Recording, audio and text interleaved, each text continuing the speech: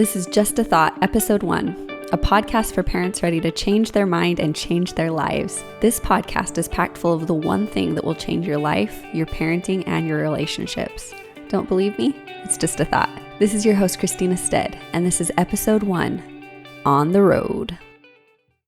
Hello there. I've finally done it. This is the podcast I want to place as my first podcast. It's an overview, a roadmap of where I want to take you on this little journey we have together. Today, I want to discuss how our core beliefs are the map our brain follows and why sometimes we might need to update our maps if they aren't taking us to places we want to go. So let's turn this car on and get on the road. To get started, I need to clarify some of my thoughts about beliefs and core beliefs. Beliefs are the thoughts we have been thinking for a while, that are accepted by our brain and then are replayed over and over until they are stored within the brain as truth or fact. Our brains measure all our thoughts against these beliefs in order to decide if we accept or reject the new thought that comes in. They are like freeways and our thoughts are the cars. The thought hops on that belief and rides through our brains quickly. Our brains are efficient and thorough and usually complete this process without us consciously observing it. Our core beliefs are the deepest of our thoughts, and they tend to determine what our relationship is like with ourselves, others, and God, or our spiritual connections. As humans, we have a tendency of projecting our core beliefs on others and God. Major life experiences or circumstances, for me anyway, like pregnancy and parenting, give our brains the opportunity to review our core beliefs. Our core beliefs have a huge impact on what thoughts we allow and don't allow into our story our brain is constantly telling us. Beliefs remind me of a big interstate freeway that connects us to others, but sometimes there are major roadblocks that may prevent our relationships from running smoothly. Our core beliefs are very established, and although we can change them, it is extremely difficult to do so, just like it would be to make changes to an interstate freeway. So a story. When I got pregnant with my first baby, I dealt with horrible morning sickness. I had previously had some hard days in my life, but pregnancy was a hard life. The fatigue, nausea, and depression I felt were debilitating, and I wanted to die. I felt so depressed and so worthless. What was my value if I couldn't make meals, go shopping, keep the house tidy, keep up with laundry, or even take a shower? I didn't look cute, and I didn't feel cute. I constantly carried an empty bowl around with me to my college classes just in case, and did not feel like the glamorous pregnant woman I had imagined I'd be.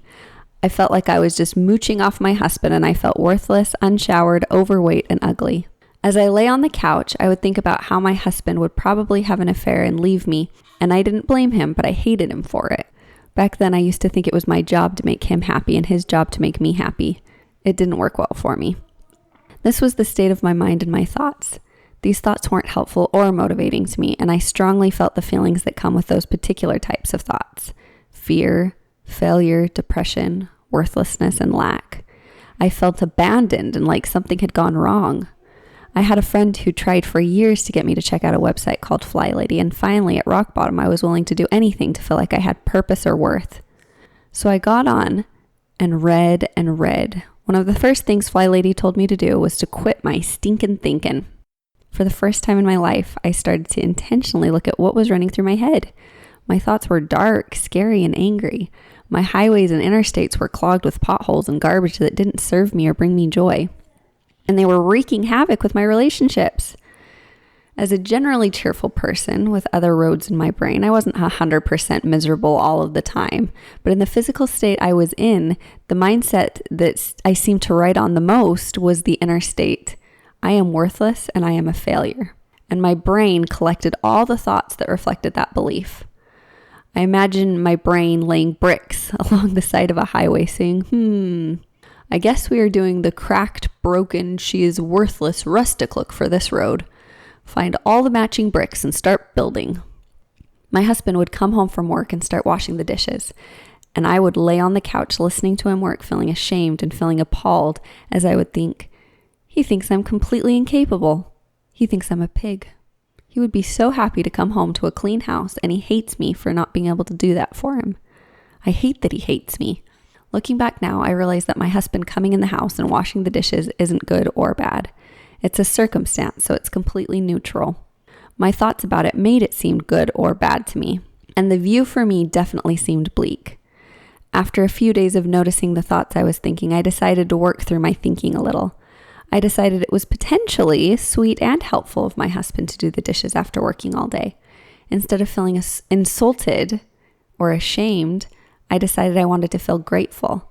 So I started to collect thoughts that carried that feeling, and then my feelings motivated my response to my husband when he would come in the room.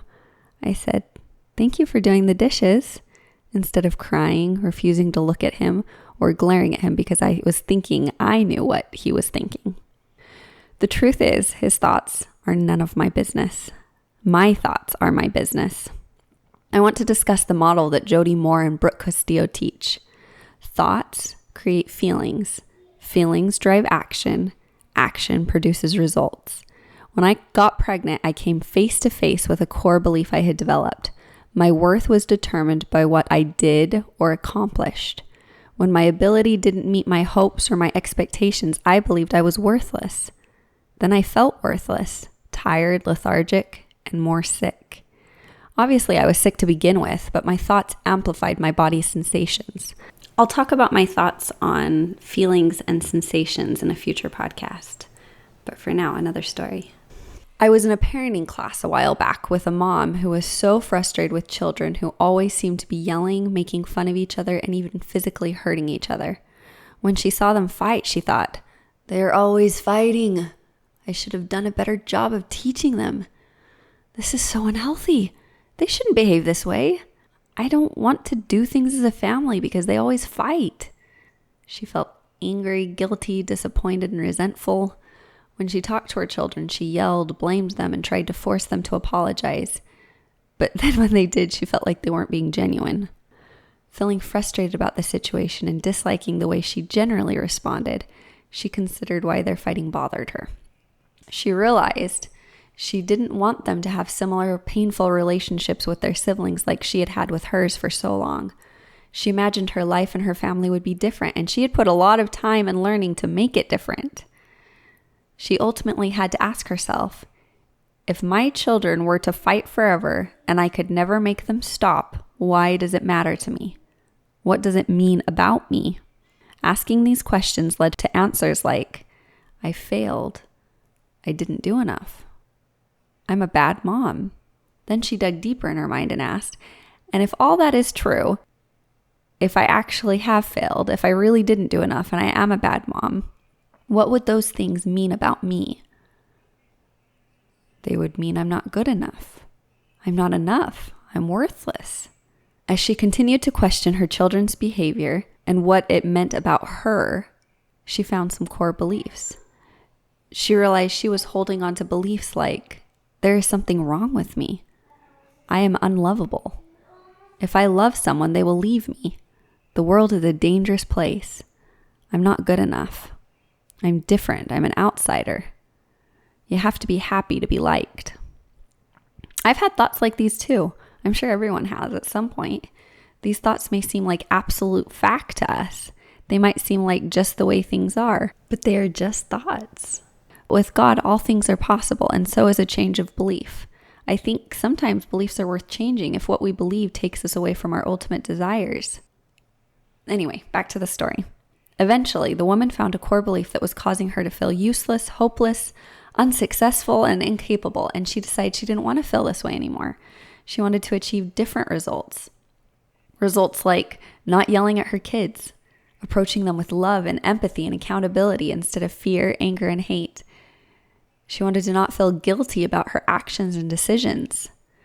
I want you to notice these results are all things that she changes about herself, her thoughts, not about her children. As soon as she accepted that her children's behavior may never change, but that she could change her own behavior by changing her thoughts, she found some hope, relief, and motivation. The thing is, we can think a thought all day long, but our thoughts are designed to affect us and our experiences, not others. I have had similar thoughts and parenting experiences as this woman. In fact, when I shared this story with my husband, he thought I was talking about myself and quoted Megamind and saying, "Oh yes," as a random and non-specific example. I said, no, really, this is about someone else.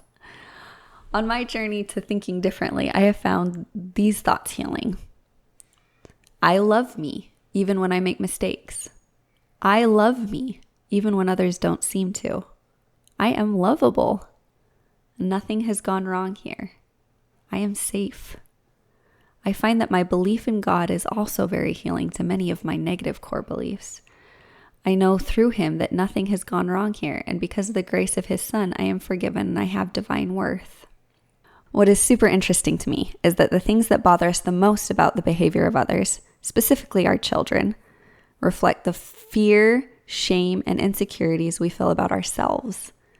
So hopefully that example gives an idea of how core beliefs influence interactions and how we can intentionally choose our core beliefs. Statements such as, I am enough, I have divine worth, I am lovable, might be thoughts you practice saying to heal your core beliefs if you find you have beliefs that are limiting you. But remember, our brains will not just accept a thought that conflicts with our core beliefs. If any of those thoughts are rejected by your brain, perhaps you should look at what you currently believe about yourself and determine if you are achieving the results you want by believing what you believe. If you are not, practice thinking new thoughts, such as, what if I'm wrong about that? What if I am lovable? And see if you can move your brainwaves in a direction you'd rather go. Like the oil in our car needs to be checked and then changed when it's no longer serving us, we can maintain our core beliefs. We can check on them and determine if they are still serving us. And if they aren't, let's change them out and put some new beliefs in that will take us where we want to go smoothly. I also like this thought from Jeffrey Holland. Like thieves in the night, unwelcome thoughts can and do seek entrance to our minds. But we don't have to throw open the door and serve them tea and crumpets and tell them where the silverware is kept. We are all entitled to our own thoughts and feelings and can choose to love ourselves and each other through all our experiences. Let's choose love. One day I hope to see the world free of fear and hate and full of light and love. And it all starts with thought. Thanks for listening. This is Christina Stead, and this is Just a Thought.